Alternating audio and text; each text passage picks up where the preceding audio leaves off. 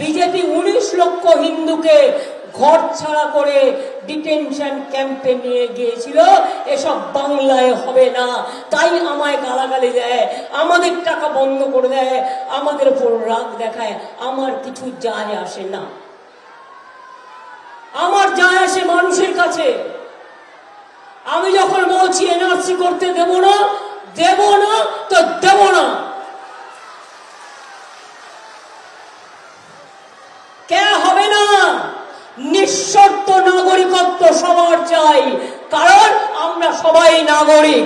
আপনার ration card আছে, আপনার ছেলে মেয়েরা পড়াশোনা করে, আপনার কারো দোকান আছে, কারো চাষের জমি আছে, কেউ বা কিছু না কিছু করেন, প্রত্যেকে ভোট দেন। যখন ভোট দিয়ে প্রধানমন্ত্রী নির্বাচন করলেন, কই তখন তো প্রশ্ন আসেনি যে তোমাকে ক্যাতে অ্যাপ্লিকেশন করতে হবে, তুমি আমার ভোট নিয়ে গিয়ে প্রধানমন্ত্রী হয়ে গেলে। আর আজ তুমি বলছো তুমি মহারাজ সাধু হলে আজ, আমি আজ চোর বটে, অর্থাৎ তোমাকে দরখাস্ত করতে হবে, তারপরে আদৌ তুমি পাবে কিনা তুমি জানো না, তোমাকে বিদেশি তৈরি করে দেওয়া হবে। এই রাজনীতি চলতে পারে না। আসলে কি জানেন, সবাই ওদের ভয় পায়, ওরা চমকায়, সবাইকে ধমকায়, ইডি দেখায়, সিবিআই দেখায়, ইনকাম ট্যাক্স দেখায়।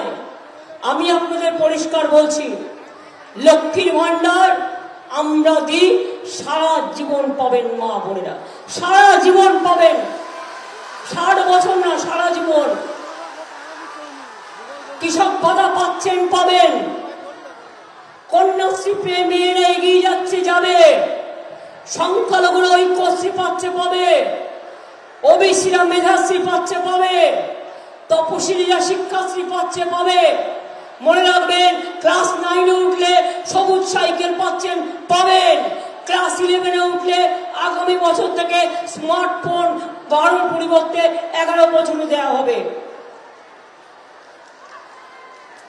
যার বিয়ে হচ্ছে না তাকেও আমাদের গভর্নমেন্ট 25,000 টাকা করে দেয়। আর কি বাকি আছে? আর নরেন্দ্র মোদী ফুটো ভার, মিথ্যে কথা বলে রোজ প্রচার করছে। কি বলছে? বিনা পয়সায় গ্যাস দিচ্ছি, গ্যাস বেলুন। বিনা পয়সায় বিদ্যুৎ দিচ্ছি, গ্যাস বেলুন।